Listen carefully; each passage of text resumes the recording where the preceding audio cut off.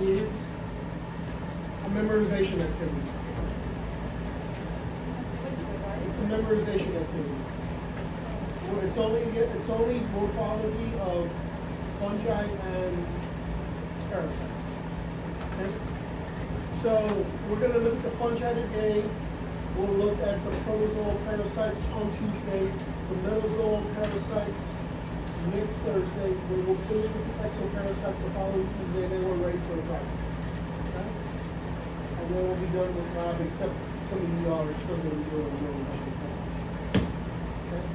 So, if you look here, go to Practical Forward, open it up, and it'll have all the different sections, right? There's some study aids already for you all. Okay? And then here's a list of the organisms. But more importantly, it's this area right here.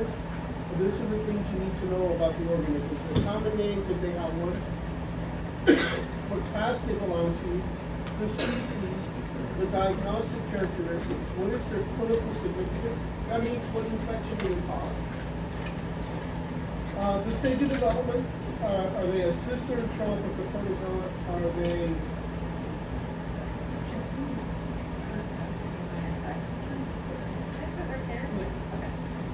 So, hey, does everybody know this thing? I feel like I've seen some of y'all maybe heard your voices before, and I've never seen your faces before. So, in metazoans, are they ova or the adults? And in fungi, are they spores or are they mycelium? We need to know the genus. I need to know any other important facts that we talk about while we're doing the review. Okay? Good? Good go. So there's a matrix. Now this matrix, I started it, but the students have finished it over time. They kind of made it. Alicia, my last student, really made it nice, and so I give her credit for it. But she's done a really good job with it, and so it's really good for you. It's got everything you need. Today we're only going to look at the fungi, right? And so we start. Here are the list of the organisms you're responsible for. Candida albicans. Saccharomyces cerevisiae is a yeast, but it doesn't really have any true morphological characteristics that you can distinguish it from any other yeast. So if I show it to you, it's just going to be a yeast. Okay? Good? And then we have what the Zygomycota. We have Rhizopus, which is common bread mold. We have the Ascomycota, which is Aspergillus, Penicillium, Microsporum, and Microsporum is a common cause of ringworm, and then Coccidioides, which is, of course, valley fever. Okay? And each of these things have different characteristics that tell us exactly what they are. So let's start with Saccharomyces cerevisiae. This is the organism that brewers use to make beer. Cerevisiae is Latin for cerveza, which we get in beer. So you can see that they bud, right? Here is it's just a wet mount. Here's a gram stain, so you can see that they stain purple, but you can see they're budding, right? I've color-coded these so you know what to look for. I think of cerveza, but like for budding. Yeah, you can do that. I'm not going to do that. So if I show you this, it's only going to be to tell me if there's budding occurring. Okay? So I don't need you to know that name, but I mean, if you want to, you can. Okay? This is Candida albicans. So again, I color-coded it.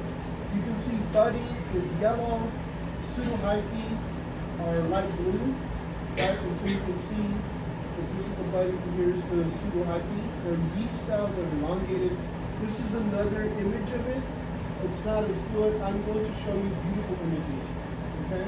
I promise you it will be very easy to discern. Okay? So this particular organism is the common cause of thrush and vaginitis. Right? Vaginitis is more commonly referred to as a yeast infection. And ladies, when are you more likely to develop a yeast infection? After a regimen of antibiotics, because all of the bacteria that are in the gland get destroyed.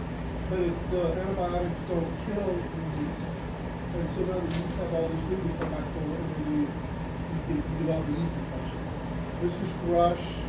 This is of the tongue. This is the soft powder in the back of the wood. Okay?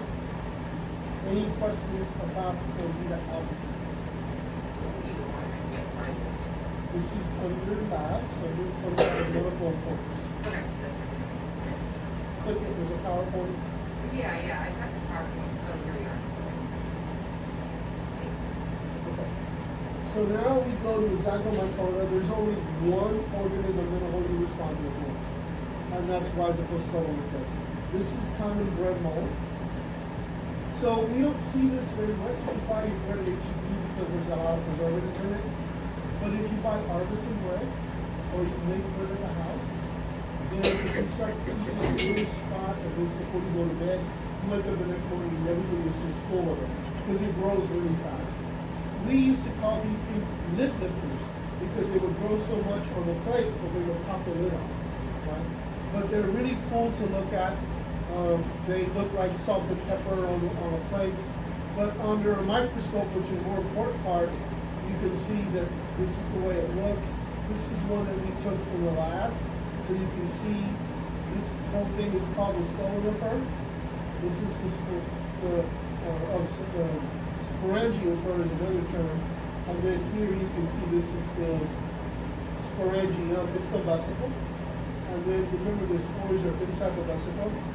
And then the mycelia are aseptate.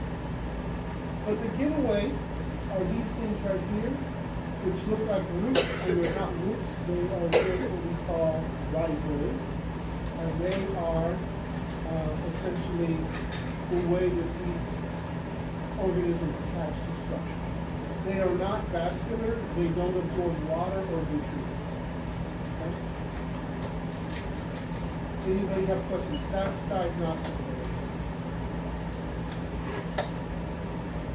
Phone, you and me, come on. Phone, you and me can work in the back of the room for them. All right. Any questions about this one will cause infection at any place where there's a lot of oxygen. So it can affect the eyes and the ears and the lungs and the skin. Okay?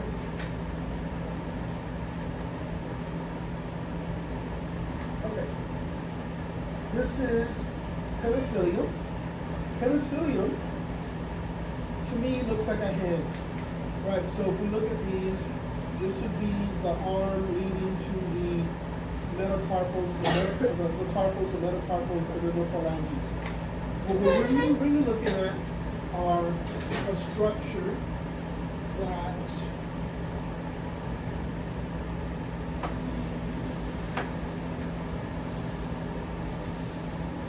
what we're really looking at is a structure that the mycelia give rise to these things called phyalides. And then the phyalides give rise to the spores. So because of that, I like to say that this organism reminds me of a hand or a brush or a broom, because that's the way it's actually morphologically arranged. Okay? I will probably say that on exam. This organism resembles a hand, and it'll be a good one. Okay? These is a conidium. These are conidium spores. That's the mycelia. And on these organisms, the mycelia are all septate. They all have separations. Okay? Any questions? This is aspergillus. Aspergillus looks very much like penicillium, unless you know what you're looking at. I'm going to show you the difference. So here, you have this is penicillium.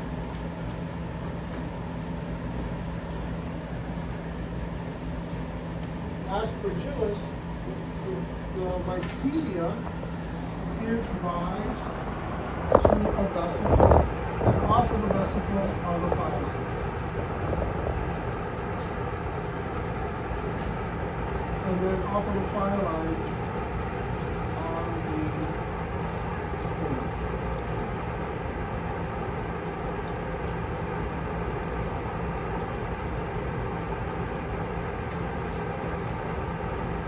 But the most distinguishing part is at the base of the mycelium, there's a structure that looks like a foot.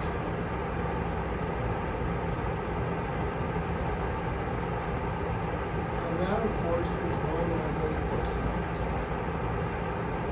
And it's distinguishing. It's distinguishing for this organism. Okay? Anybody got questions? So here is, you can leave it there if you want, I'll just talk. Here is, in 2016, Aline Rojas put this little thing on the web, and I found it and I took it and I sent her a note saying, hey, I'm gonna use your picture, I'm gonna give you credit, I'm gonna use your picture in my class. And she never wrote me back, so I guess she thought I was some weird dude asking or something. I don't know. But so this is her image. It's really well done. She's got beautiful handwriting, beautiful artistic capabilities. I mean, look at mine versus hers. Mine sucks compared to hers. But this is what an image looks like that we took in the lab. You can see the mycelia giving rise to the vesicle, giving rise to the phyalides, giving rise to the spores, and there is the foot cell. The foot cell is the giveaway. If you see a foot cell, it's aspergillus. Now, other organisms have foot cells, but we didn't study it. This is the only one we're going to study that has a foot cell. Okay? Tati, you gonna make an A? I thought they said, well, I made an A on the third one. I guess I'm gonna make an A on the next one too. All right, here we go. Next one. Okay, this is a comparison. This is penicillium. Mycelium giving rise to phyalides, giving rise to the spores, conidiospores. Here is the foot cell giving rise to the mycelia. The mycelia give rise to the vesicle. The phyalides come off of the vesicle, and then the spores come off of it. Okay? All right, now the two easy ones. So this is Microsporum canis. It is one of 3 organisms that causes ringworm. Okay? I picked this one because it's the easiest one of them all. It has one terminal conidiospore. And the conidiospore is very large and it looks like a giant leaf. Okay? So if you hear me say this looks like a leaf, it's going to be this organism. Okay? Microsporum canis. So it causes ringworm. So this is our poor baby. This is Tinea corpus, which is ringworm of the body. This is Tinea capitis, which is ringworm of the head. Okay? You can just say ringworm. All right? Anybody have questions? And then the last organism for the day is, again, the bad boy of the group. This is Coccidioides immitis. Coccidioides immitis presents itself in lots of different ways. This is my favorite way. This is called oidia.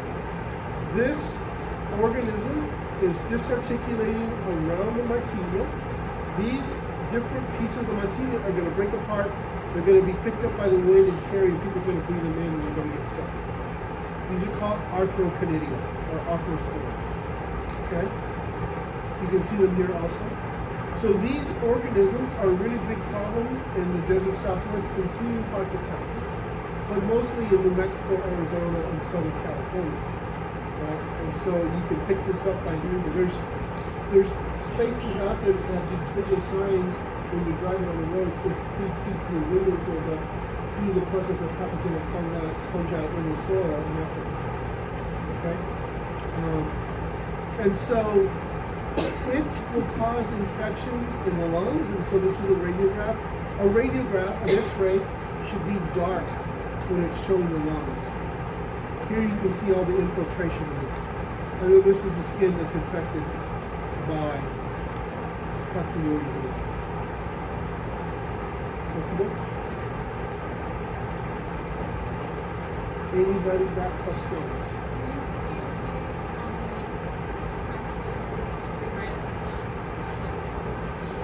Well, let's negotiate now. How about if you just have to know the genus for everything except for the organisms that have multiple representations? How about that? So we have these two organisms that have multiple representations. For instance, there's Trypanosoma cruzi and Trypanosoma gambius. You'd have to know the species for those guys. Everything else, like coccinioides, you just have to know the genus. So you just have to know that. Okay? How about that? Yes? Please? You okay?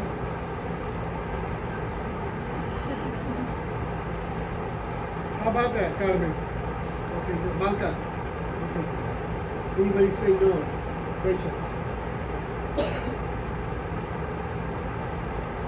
Oh, Gabe is back there saying no. Why are you saying no?